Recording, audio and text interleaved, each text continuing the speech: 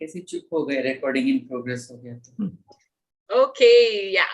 Good evening and a warm welcome to all of you who are here today with us on this live telecast with the two people who have been the role model in the cancer care fraternity.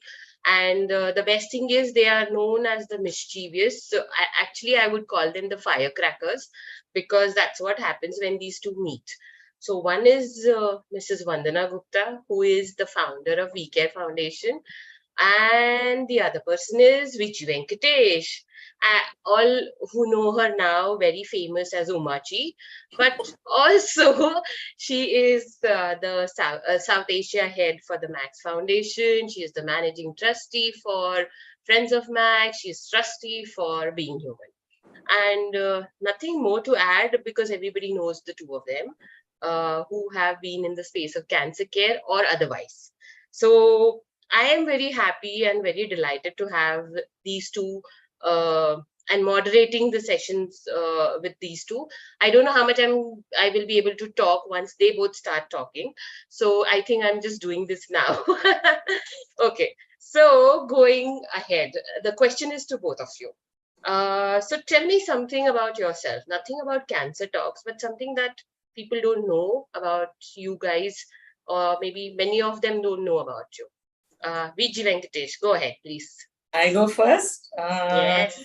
My life is an open Facebook, yeah. So I mean, like, people kind of know almost anything and everything about me, but maybe something they really don't know is that oh my God, Jyoti, they've just got me on like off guard like this. Yeah, I guess I don't let on that I'm quite a bit of a how shall I call it? The bad old woman. Oh. Okay. Yeah, because people keep throwing this at me that, oh, age is just a number, but I don't think people realize that age is not a number. Age is age.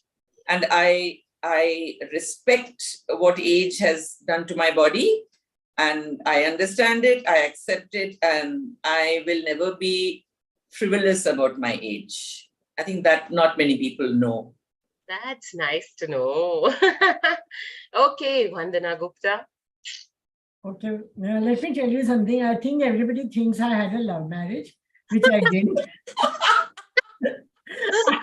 I had an typical arranged marriage where my husband came to see me really, and talk to me and decide whether he wants to get married. But he didn't know the choice was in my hand, whether I wanted to get married to him or not.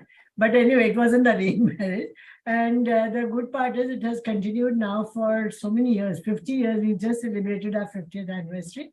So hats off to me for carrying on with it for 50 years. Okay. So here goes my second question. So within your circle of friends, families, or colleagues, who knows you the best? Yes, anybody can go first. Yeah. My husband. That's nice. Yeah.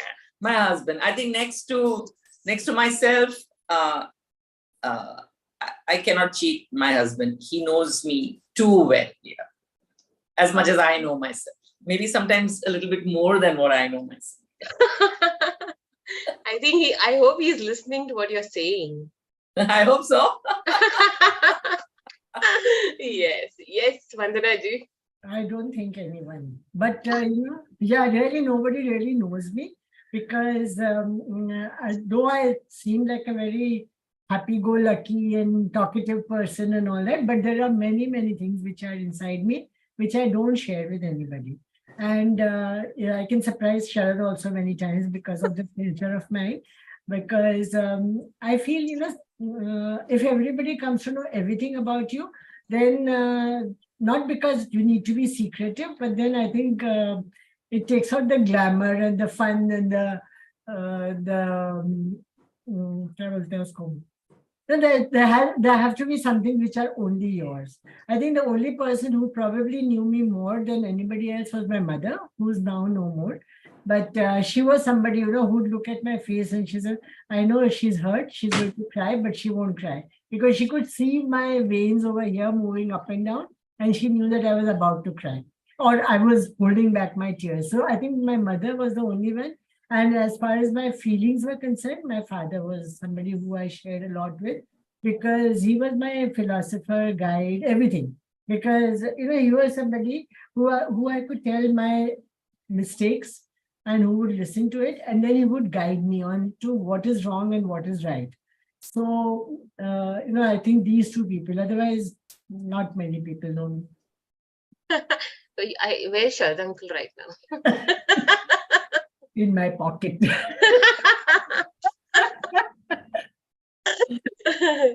Okay, yeah. So what is an idea of a rainy day spent well for either of you? What day? A rainy day. Oh. Having a nice shower in the rains. That's something which I love. Going for a walk in the rains, maybe having a butta in my hand and eating it, and getting wet is the best thing, and probably trying to sing, not as well as Viji, but like I was telling her in the morning, Viji, let's sing that song, let's go out in the rain with a chhata. Remember, Viji? And I said, Yes. This song, Barsat Mein Tumse Mile. So maybe Viji can sing it for me. Okay. Both of you, please go ahead. What Vandana said is exactly what I would love to do on a rainy day. I would hate to sit indoors and I would just like to go take a walk.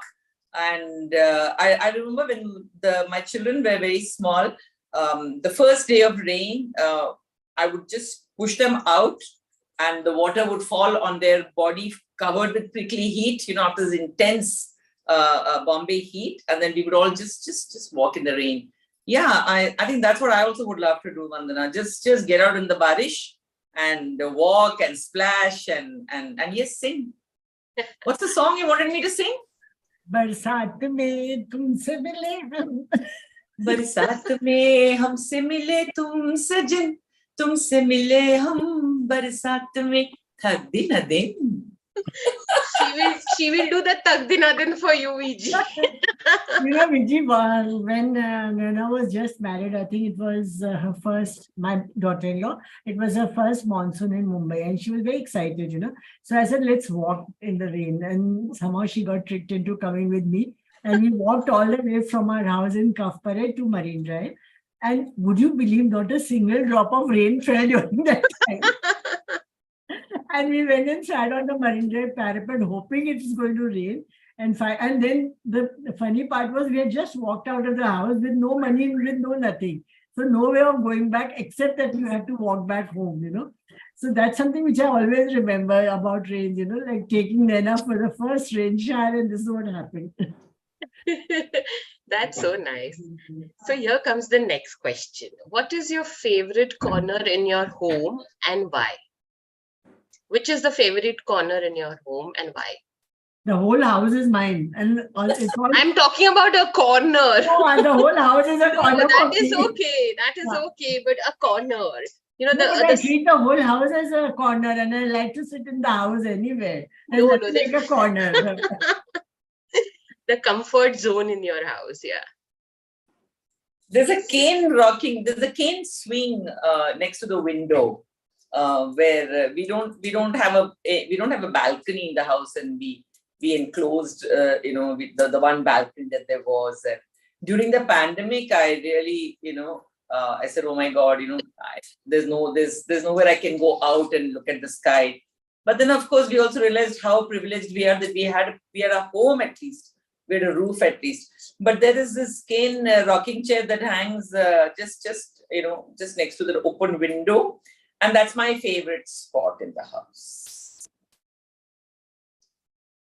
So, Vandana ji, you don't want to kind of add on something? No, what do I say? Because the whole house is my corner. As long as it's clean and nobody has messed around things, I'm happy with any place that is given to me to sit down. But to say that, I'll take a book and go and sit there, or I'll go and do this, wo nahi hota hai. Oh, I thought the laptop and the place where you're sitting now is the favorite corner because you will be there glued throughout the day. No, that is a punishment corner. I would love to have a window seat in my house. There is no window seat in modern apartments. I don't know, maybe there are, but I've rarely seen like, a nice wide ledge. You can just sit back and look at the window. And I have a friend in Bandra. She has in every room, she has a lovely, lovely, like a ledge, like a window seat where she can sit. Come to my house, Viji. I have ledges on all my windows. And during the pandemic, that became my walking area. My daughter, granddaughter and I used to sit there and then go out on the balcony and come back and sit on the ledge and maybe play a game or something like that. So otherwise, everything is fine. So ledge, you are invited anytime. That.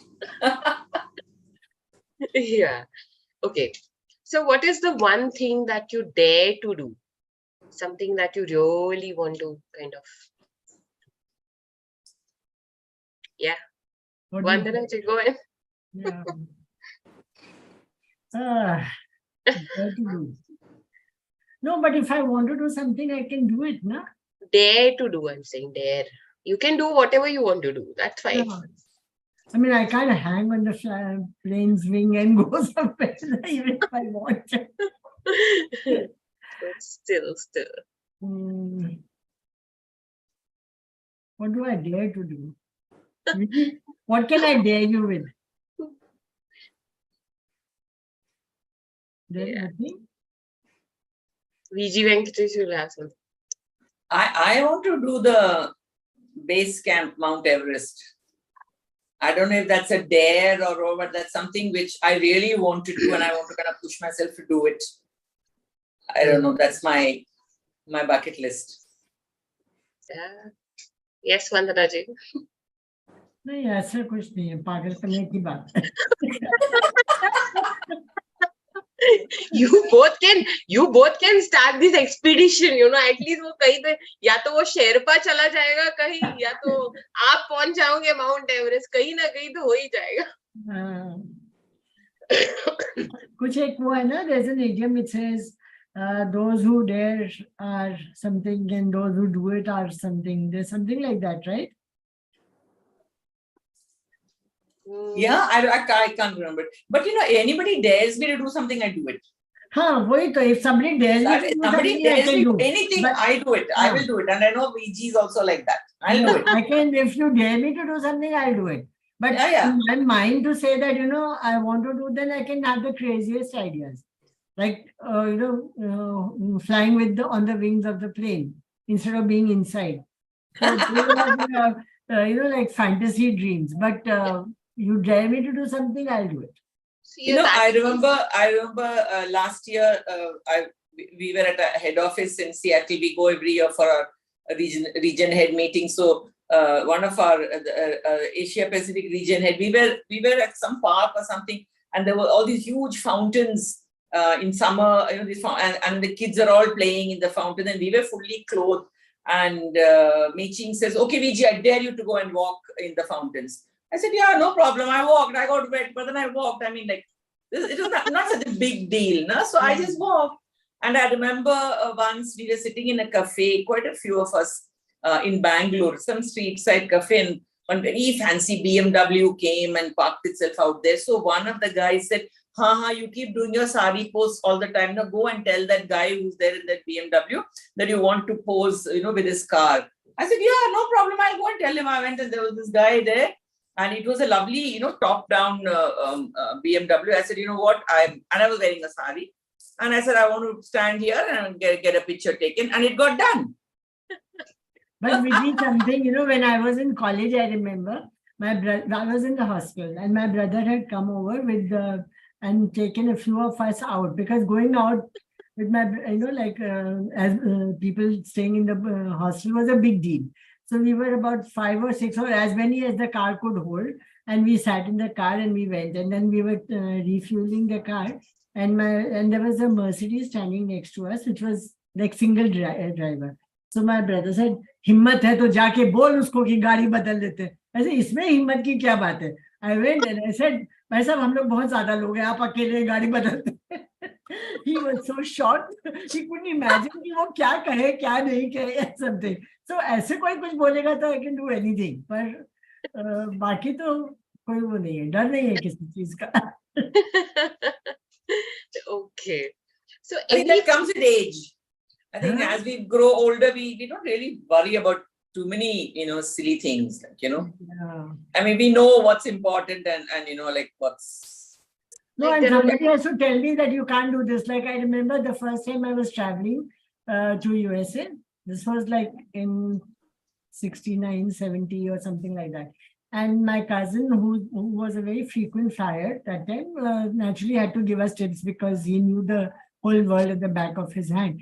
So he told me, don't get down in Frankfurt because the airport is very, very confusing and you might get lost and all that. So that became a challenge. How can somebody tell you not? So we were changing the flights. And I was alone, and I was changing the flight at Frankfurt. So they said you can get out and sit in some area and all that. So the first thing I said, let me start looking around.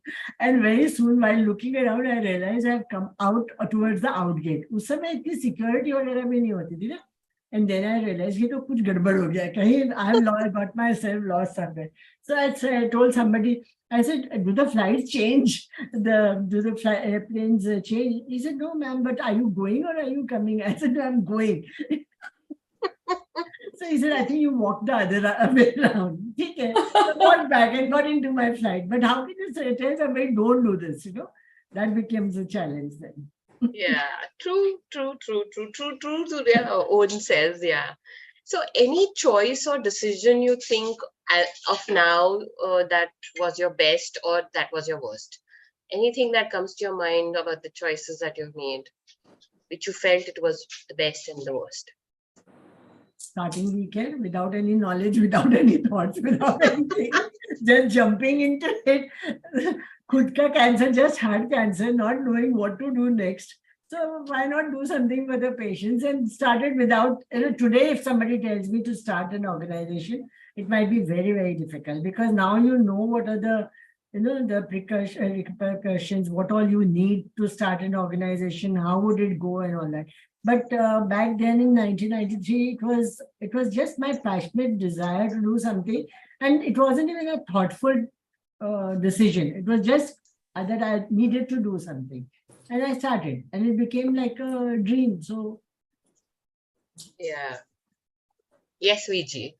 I think mine is also the same. The decision I took to work, to take up a job without knowing anything about cancer. I knew nothing about cancer, but then I took up a job with a cancer organization. The only thing I knew about cancer was my grandmother had cancer. I was very young. I remember taking her for her radiation. I used to take her to the All India Institute of Medical Sciences. I must have been 16 or something at that time. And then I looked after my mother-in-law who died of lung cancer. My mother-in-law was very young. I was just married at that time. My mother-in-law was not even 50. But I did those things because that was my duty, as a daughter of the house, as a daughter-in-law of the house. Otherwise, people keep asking me, is there some special reason why you're working in cancer? Has there been some, like how so nicely Vandana explained.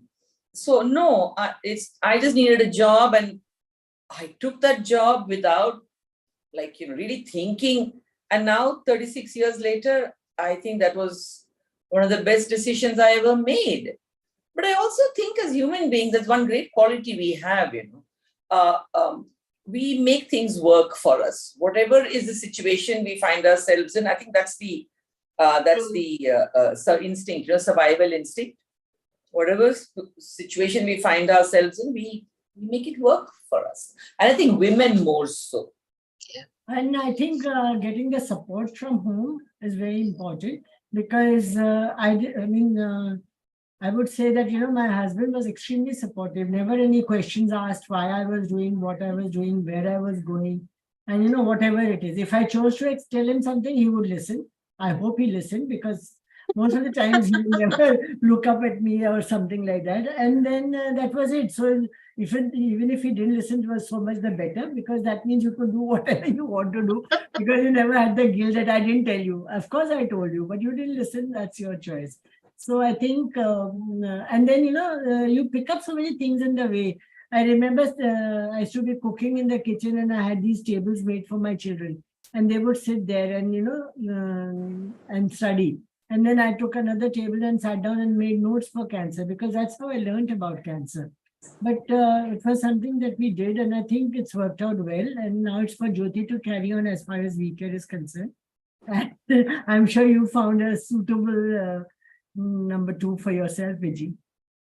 Yeah, that's always, you keep always, the most important is that, you have to have that, what they call a succession plan. And I think that's very important. And I also very firmly feel that, it doesn't have to be another Vandana Gupta or another Viji Venkatesh. Because like you said, when we came into this field, the skills and competencies required were different, and perhaps we had those. So today we need somebody very different from us to continue and to take on from what has been set up. So I think that's something which, we have to understand that, and that's where we need to go. Yeah, I agree completely. Okay, thanks. So if, if a dessert, a sweet dish had to be named after you, which one would you like it to be?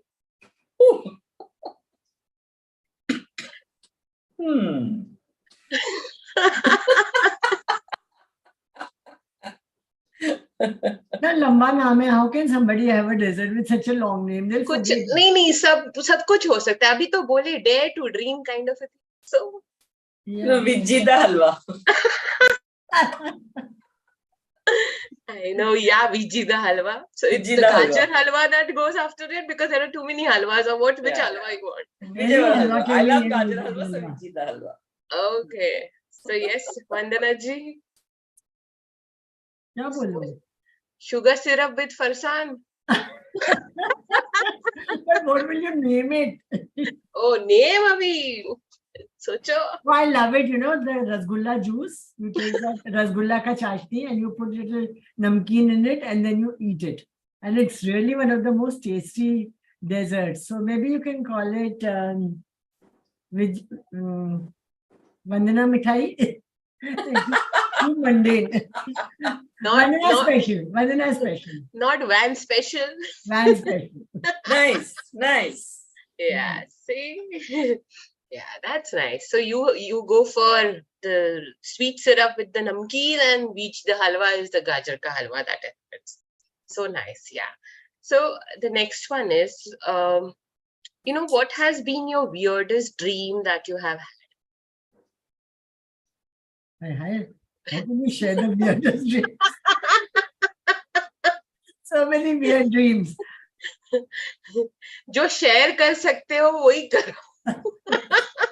Public platform So many adult dreams you can't share with bachas like Jyoti. I have very vivid dreams. And I dream of the same places repeatedly. And I dream of the old house we lived in Delhi, the house from which I got married. But one dream that is, I don't know if it's weird, but I wake up always, in fright, because it's that dogs are chasing me, and my calf hurts, below the knee, behind the leg, because the dog has kind of run behind me and like caught me, and so that's a dream that disturbs me a lot, and it's weird, but it's a recurrent dream actually. Yeah, so I have a dream which is kind of funny, where I climb up a house and then I have to come down, but there are no staircases there. So I find ways of jumping down and jumping up and all those things. And it comes so many times that at some point, I say, "Arey, ye wala action to hua hi nahi." I missed something. So I go back in my dream, like pause and go back and then start again thinking, now we have to go all over again. So that one, and one more I see is a flight coming from Delhi to, I don't know which place, but the plane crashes. And that also is, it's so vivid and so often, and so many times I've seen it.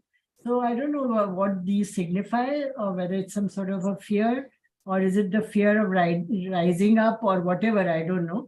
But it's happened so many times that you almost know the next step will be this and the next step will be that, that type of thing.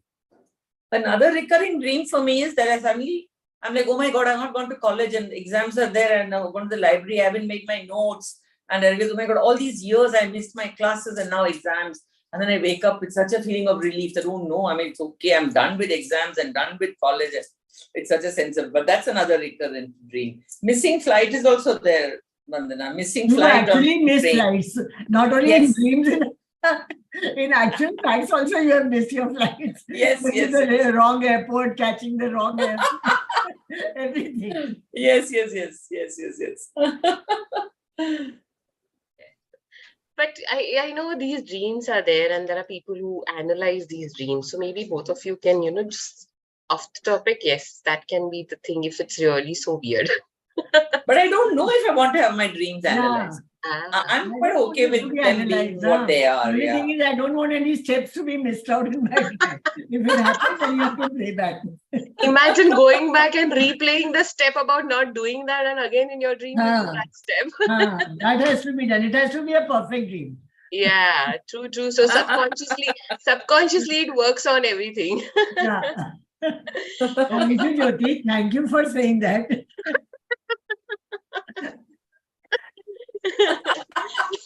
He's trying to poke a fun at me, huh? Perfection chahiye to pura वापस से करो.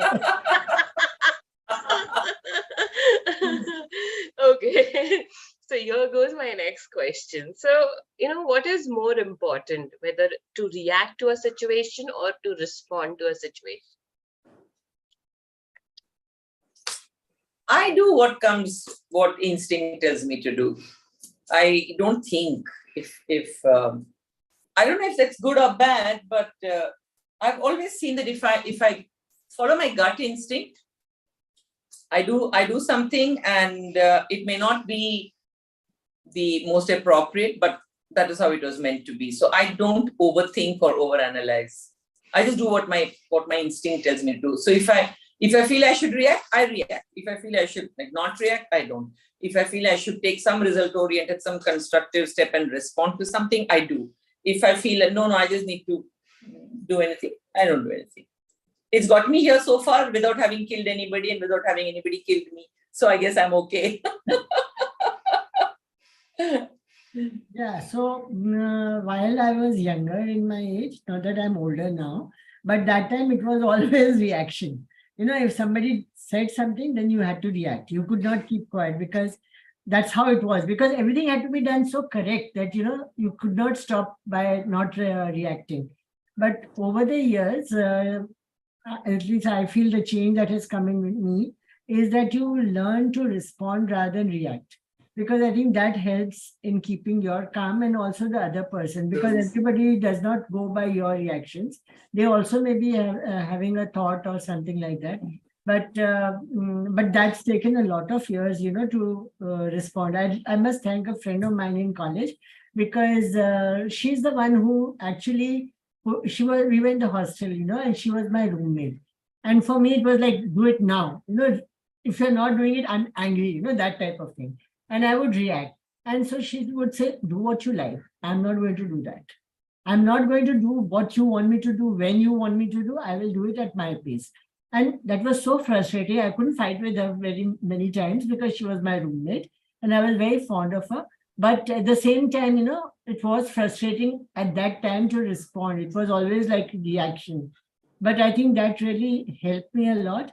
Because over the years, it didn't help me at that time, but over the years, it made me realize that what I say or what I do needs to be thought of. But again, Vijay, I don't know whether because of our age or because of our maturity or because of our handling different situations, instinct has worked out best for, like you said, for you and for me also. Because if you have something in you and when you think that's the right thing to do, then you just go and do it. That's all.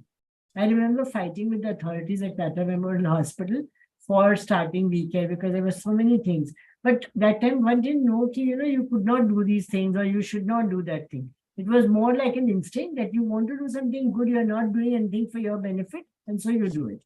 So I think instinct plays a great part in your reactions or your response or something. But at the same time, over the years, I think I need to mellow down and learn how to respond rather than react. And that's very true. But I also think, like you said, age, of course. And I think that kind of, that's our barometer. I also think that there have been a few instances where I should have done something, but then I kind of held myself back. And then I later on said, hey, I should have listened to my guts and I should have gone ahead and done that. There have been instances where I've kind of been a little careful, and then I've seen that, hey, I should have just gone ahead and done it, Yeah. So it's a combination, Jyoti, and just not reaction and response. Yeah. Of course, yes, absolutely. So here goes the next. So what is your definition of unwinding yourself at the end of the day or whenever you want to unwind? My day never ends. Okay, sorry. My day never ends. I'm kind of, I don't know if it's good or bad, but it doesn't end in the sense that I don't like to sit idle. If there's nothing to do, if there is a space in time that there are nothing to do, I look around for something to do. But I guess now the best way for me to unwind is actually, I don't know, put up my feet and listen to Nusrat Fateh Ali Khan. That is something I've started doing. There are two great musicians that I have discovered very late in life. One is Bob Dylan.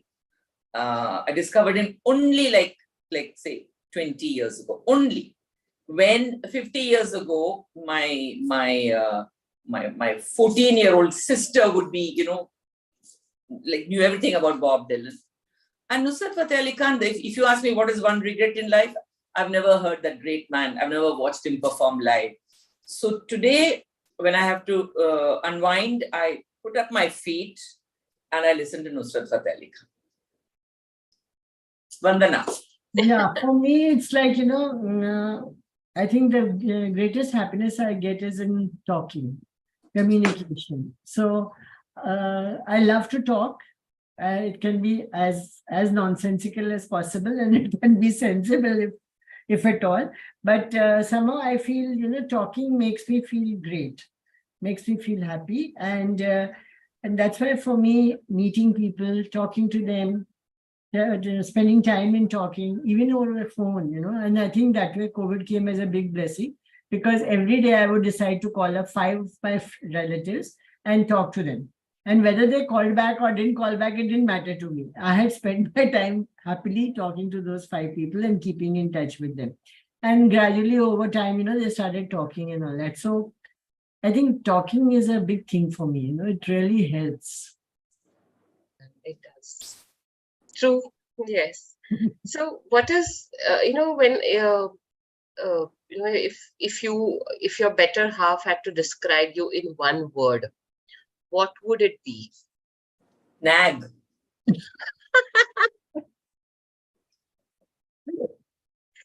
Kindly elaborate. Because I'm constantly on his case. I really don't give him a minute's peace. And so that's it. I'm sure he'll agree. Oh my God, this wife is wound, such a nag. I'm like on his case all the time. Yeah. Yes, Vandana Ji. There's a string of adjectives to call me back. So it can be impossible. It can be, it can be anything that comes in his mind and he reacts to that situation at that time. One word. I don't know. Should I call him and ask him? Because half the time I don't listen to that one word that he tells me, calls me back. So I don't know. So maybe nagged, of course, all of us are nagging. So that must be one word which comes for everyone. Okay, so if you had to learn from each other, what would that thing would be? Or either one particular, you know, like what we can say is something that you want to learn from each other. From Vandana wants to learn from Viji Venkatesh. Viji Venkatesh wants to learn from Vandana. Okay. I want to learn from Vandana the conviction that she has in doing the right thing. बस इतना सा. बस बहुत कुछ है उसमें actually.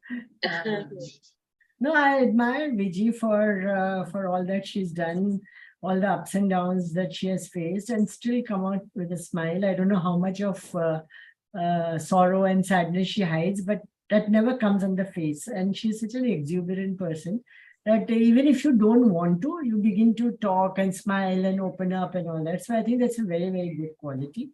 And there may have been love and hate relationships between us at some time or the other, but then it's always forgotten, and we are back to the normal self again, I think.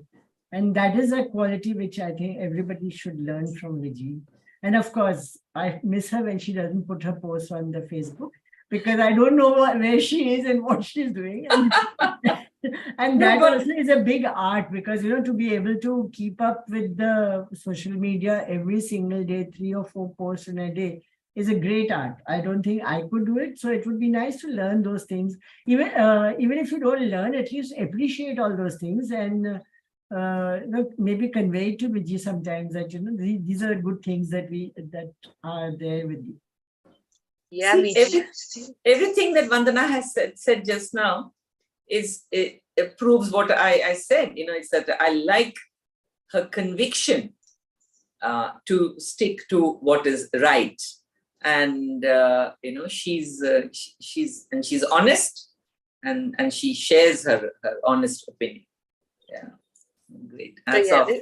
So this has been a platform for her to let you know how appreciative she is of things that you keep on doing. Absolutely. Yes. Yeah. I think both of us are very similar, and we are very different also. And I think we've given ourselves the space. There's mutual respect, there's mutual understanding. More than anything else, Vandana makes me laugh. She really makes me laugh. And when we pick up the phone or when we see each other, the first thing we do is really have a good. There are 2 other people like this, with whom I have this relationship, and this unfettered, unabashed laughter. One is my younger sister Gauri, and one is another common friend both of us have, Alka. We've known each other for so long, but I think it's Vandana, Alka, and my sister Gauri that I can really laugh my heart out with. Yeah, and I think very often we spend a lot of time and energy in trying to find out the faults of people. With the result, what happens is that we don't appreciate the good part that somebody may have. So instead of putting our energies into that, if we can put our energies into liking something about somebody, there may be many things that you don't like about me, or I don't think much about it in you, but that's fine. That's a different, like a different compartment altogether. But there are many more things which I like about you and I appreciate about you. So why not pick up those and make yourself happy in the process? Why go on by the negativity? I think that is really important. And I think we need to be honest with each other with what we can do and what we can't do. And we should take it in the same honesty. Suppose I ask Viji for something and Viji says, I can't do it. I should be happy about it. That, she honestly told me and not dilly-dallying or, saying I'll try, but I know very well that she's not going to try. Nothing like that. If honestly somebody talks, then it makes a lot of sense, I think. And that is what Viji does to me and I do to her, I think, because I don't like to tell, we hold anybody's expectations and then not do it, knowing well I will not be able to do it. That's very true. Vandana has said that very well, actually. We have that openness, in us. I also feel very strongly about, when you identify a nice trait in someone and you are appreciative, it's because you hold that very same trait within yourself. So what you see in somebody, you recognize it because you hold it within. So I think that's something which is very important to understand. Yeah. True, but I think that actually helps you grow together to, kind of, any situation that comes across, it's easy to handle with if you are that open, that transparent, when you have that relationships, and that really helps. And when you two come together lively, in a live performance, when you two are there, it's a very different atmosphere, which I know I have kind of encountered, or I have been a part of it so many Encountered. times. I like the word Encountered, yes. I think we are always very genuinely happy for each other. Yeah. There's such a good feeling when we interact. Yeah. I think we give ourselves that space, Yeah. and we are both very forceful and very vocal women. Yes. And we are older women also, so we are in a traditional household, we would be the stern grandmother. I mean, we are not going to see 71 again, right? Yeah. Despite that, I think we make a space. The two of us create this space where we can talk about work, because we both work we can talk about work, we talk about our families, we talk about ourselves, but we're able to compartmentalize everything, and we don't let personal opinions get in the way. That's very rare. That's really, really rare, because when two women get together, there could be many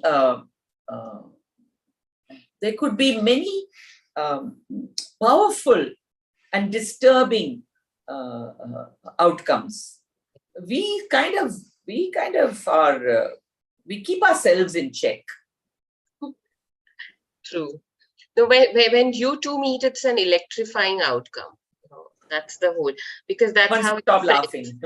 That's the spread that is there. So it's contagious. That's the whole thing, and that's a very nice, that's a very nice feeling. And it's nice to be around that feeling. It's very.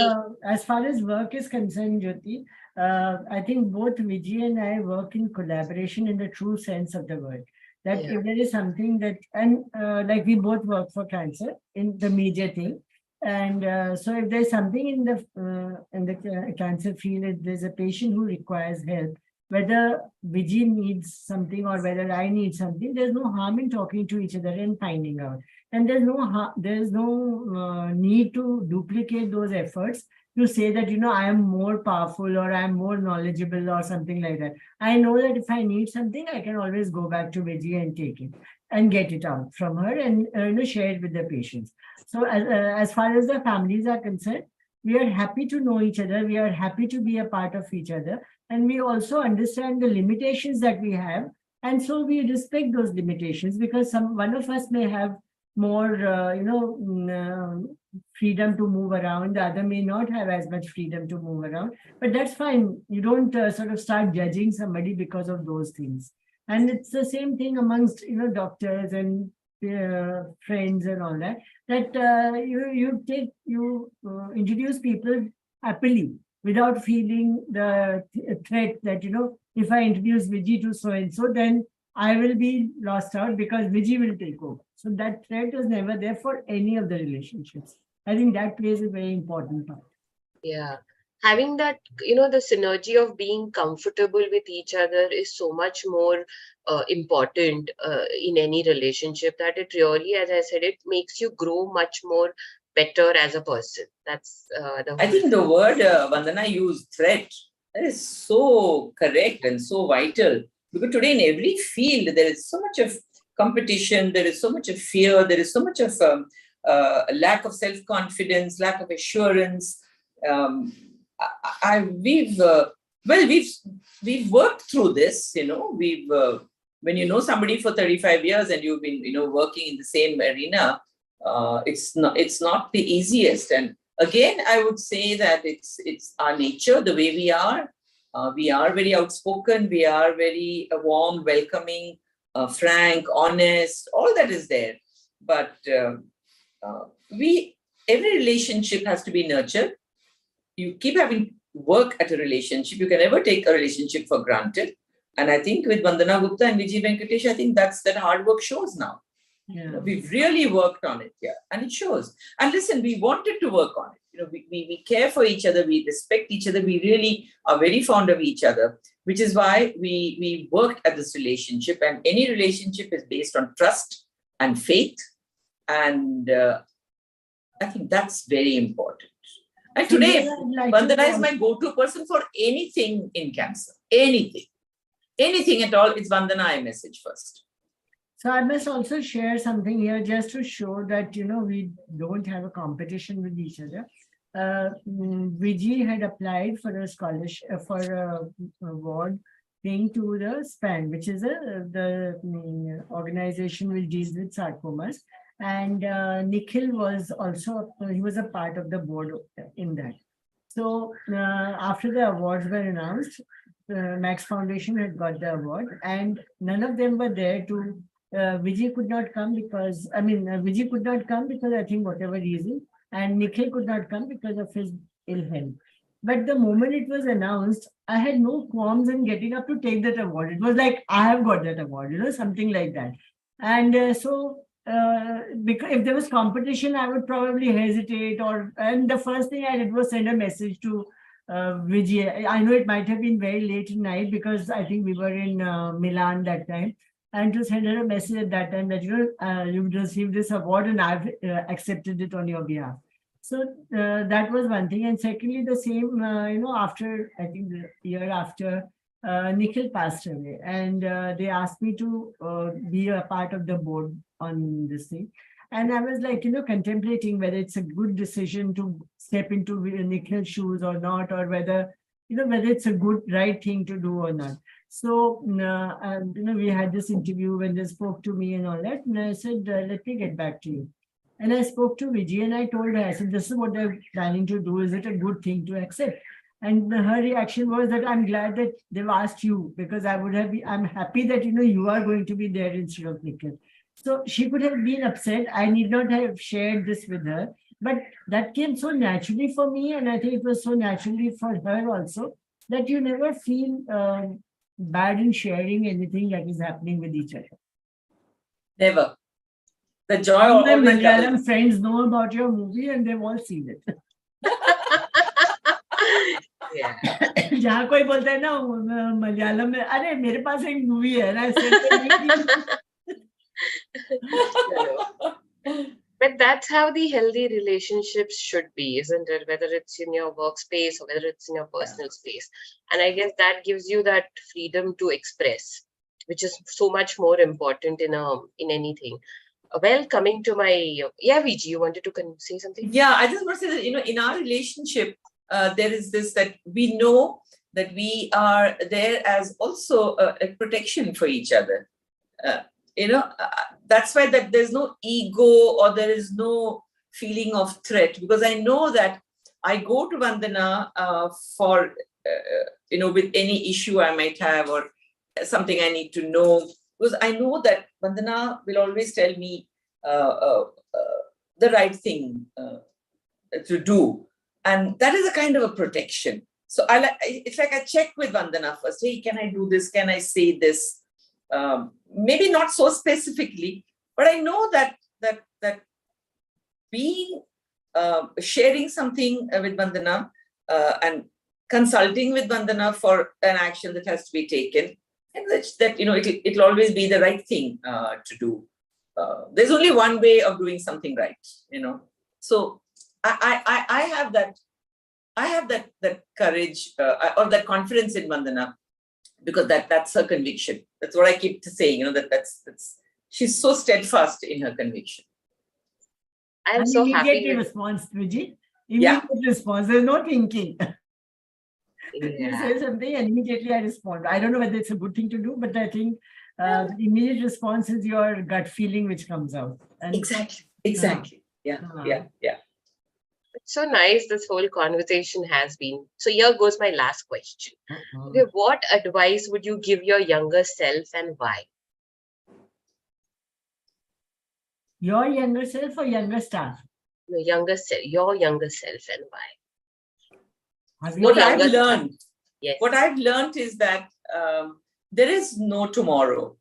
And we are always kind of told to save for tomorrow, or this is better for tomorrow, prepare yourself for tomorrow. Everything is like, tomorrow. Over the years, I just gave up on that. And I said, tomorrow, really, there is no tomorrow because it becomes today. And I will continue to tell my younger self that don't worry about what's going to happen tomorrow. Take care of yourself today. True. Very true. Yes, Vandana ji. अब इतना क्यों सोच रहे हो? Because it's a very tricky question and you are putting me into a spot, Jyoti. I am putting you into a spot, Mary. Ye majal. Oh gosh. Yeah, what would I tell my younger self? Would be because I think I've done right all these years, and I have valued family. I have put them in the right place. I have valued work and also been honest to my work. So the only thing I can think of being naughty at my younger age. I wish I was naughtier. I wish I had done more fun things. And then I would have enjoyed my maturity even more. But, something I must share is that my father was a very big guiding force in my life. And whether it was work related, home related, anything related, So if it was studies, he said, we can only do as much. The rest is for you to decide. You decide whether you want to study or you want to give up or do. And it was never forced on us. Whatever you wanted to do was something you did. Whether it was repairing a car, driving a car, you do what you think is right. We are not going to interfere in that. When I got married, it was like, you have to look after your home, and anything you do, the priority has to be home and family. Yeah. Then it came to in-laws. Then, if you can't be good to your in-laws, how do you appreciate your husband's things? Because whatever you are enjoying today is because of the sacrifices that your in-laws must have done. So you need to respect your in-laws. So that was the next training. And then when I had cancer, I remember he came for one of our survivors there and he said, oh, I'm glad you got cancer. At least you're doing something sensible. So it was, always a guiding thing that, and you always, and at least for me, I'm sure it must have been for others also, that you never wanted to make yourself feel belittled in the expectations of your father more than my mother, because for my mother, I was the star of her life. There was nothing that I could do wrong. But for my father, it was that I never wanted to do anything wrong, and I never wanted him to feel, that I have let him down at any point. So I think if I had to be my younger self, I had to be naughty so that ek do thappad kha lete to it would have been. Yeah. Also, I think what I would also tell my younger self that wait, patience has its own rewards. Like I'm sure, Vandana, you would also. We grew up in the same era. We grew up in the 60s, early 60s, and there were roles thrust upon us. When I was 16, 17, I was like what I am today. I was like gregarious and loud, wanting to enjoy everything and put lipstick and wear sleeveless blouses. But then I was told, oh no, after marriage, there was this societal, cultural, familial layer. You're the daughter of so and so. You have to behave in an appropriate manner. Traditional, not orthodox, a traditional conservative family. This is how you have to be. Then you become the daughter-in-law layer comes. Then the wife layer, then the mother layer. Then when you become a mother, the daughter layer peels off. And then, one by one, the other layers come off. You're accepted by your in-laws. You become part of the family. You got married to someone. You didn't even know this guy existed. Suddenly he's there with you. So, and then when the mother layer peels off, I discovered that. I love my children. I mean, they're middle-aged men now, by the way. I love them, to the moon and back. But when they were out of my life, in the sense that I was no longer responsible for their nourishment, for them, I felt a sense of tremendous liberation, freedom. And I think that is something that I would like to tell all, not just the young me, but people that what life runs its course. Life runs its course. So just flow with it. Yeah. But and another advice, the power to make you happy, or more importantly, unhappy, keep that with yourself. Don't give it to anybody. Yeah. Yeah, that's true. But sometimes these days, especially if you were to tell the youngsters this thing, that enjoy your freedom, it can go on the other side also. The responsibilities also have to be taken along with the freedom that you want. You can't just say that, your mother-in-law or your father-in-law is not well at home and you are going out, because that's your freedom. That's the choice you've made, So that's something which the youngsters have to really strike a balance on. Enjoy yourself, but at the same time, don't forget your roles and responsibilities. That was something which was, always built with us. I remember, when we were building up a new house, and my father wanted my grandmother to come from Meerut to Delhi for the puja. And I landed in Delhi from Calcutta early in the morning, and then he said, get ready soon because you have to go to Meerut. And I was like, why do I have to go to Meerut? Because I've just come here and I want to spend some time with my mother, and I knew that I'll be going back the next day. But neither did I have the heart to question him, nor did I have the courage to, and it wasn't courage, it was out of respect that, this is what is expected of you. And it was not losing my freedom because I was doing what he was asking me to do. And so I said, okay.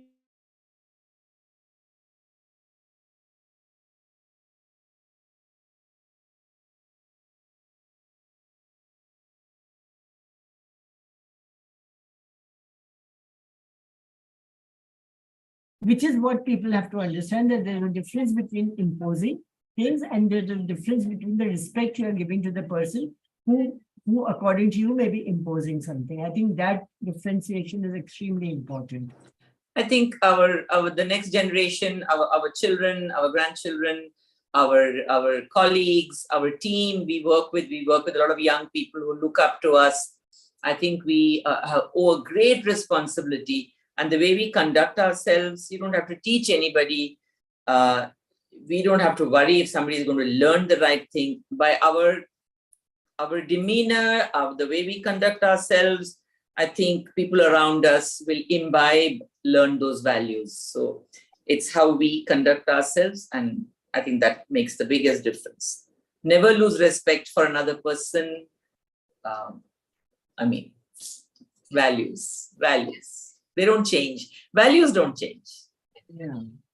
They remain the same. Over generations, values remain the same. Like how style never changes. Fashion may, but style never changes.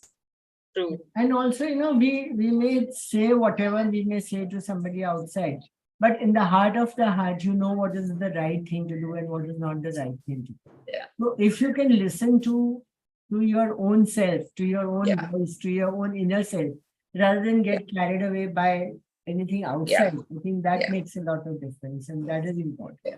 I may do anything. I can say something to Vandana, to Jyoti, to my colleagues, to my husband, to anybody, and I can kind of say, okay, this is it. But if I have done or said something that I cannot come to terms with, that night I will not get sleep because I cannot fool myself. Yeah. And I think if we can all learn to say sorry to each other, if we realize that we've done something wrong, I think that makes a lot of difference. But a lot of gyan.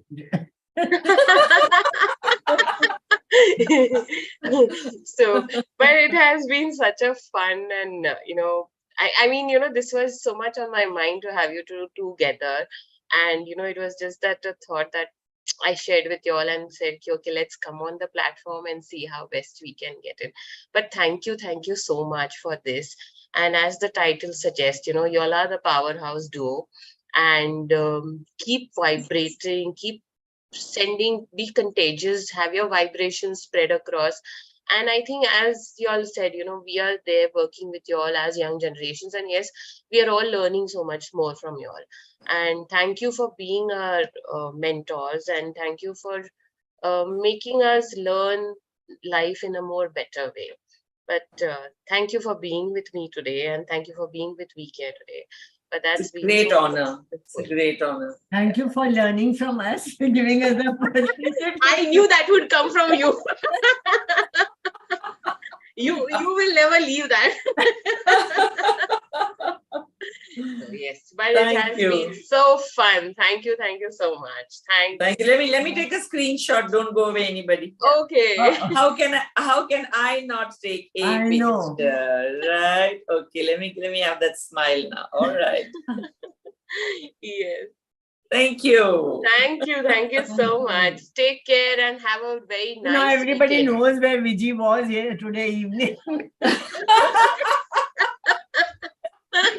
And thank you to everybody who's been listening in, and it's been such a joy to talk to you, Jyoti, and to share the special relationship that Vandana and I have. It's so nice. too special. My honor. Yeah. Thank you. Thanks a lot, Take Viji. care. Thank you. Take care. Thank you. Bye. Bye. Bye.